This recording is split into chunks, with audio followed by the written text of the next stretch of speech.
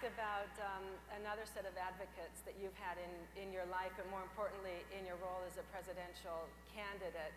You've broken a lot of ground. You have a Latina woman, Patty Solis Doyle, who is the manager of your campaign. That's right. You've got individuals like those you've already mentioned, Bob Menendez and Raul Aguirre, who are playing prominent roles. What I'd like to ask you is, how has their advice and counsel actually shaped your platform and the way you think about Latino issues and doing what's right for America? Well, I have to go back a little bit in history. I first met Raul in 1972 when we were both very, very young. And I was sent to South Texas by the Democratic National Committee to help register voters, primarily Hispanic voters. I did not speak Spanish then. Unfortunately, I still don't today. But we worked really hard to communicate the importance of the election to everything that people cared about for the future of themselves and their families. And we had a great time doing it.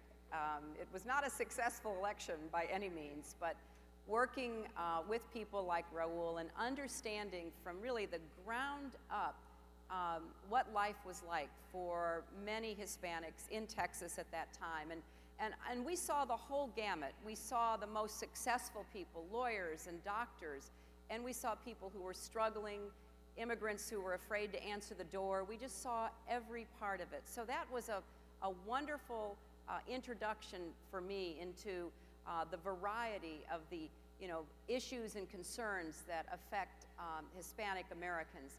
And of course, Patty Solis Doyle was the very first person I hired when Bill decided to run for president back in October of 1991.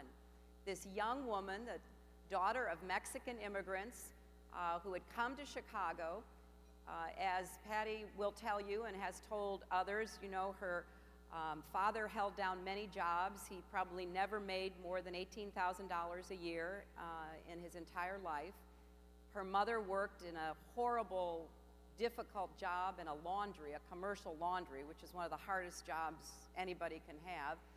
But they raised their children with values and a belief in their possibility and a commitment to education.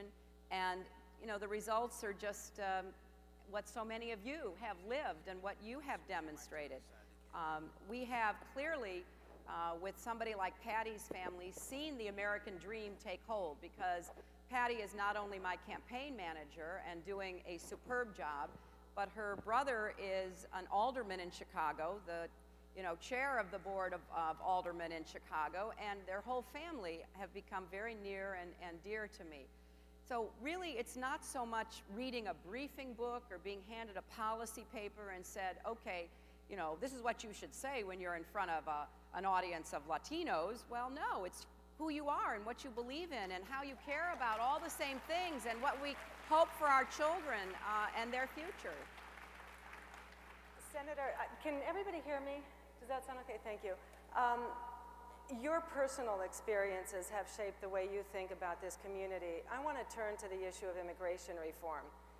And my question really is one of the message that was sent when this last bill was defeated.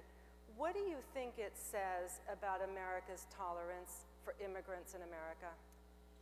Well, I am very disappointed, and I was really quite offended by the tone of the debate and some of what was said by outside parties who were trying to influence the debate. And we will not give up. We will keep trying, and certainly when I am president, we will get comprehensive immigration reform for America.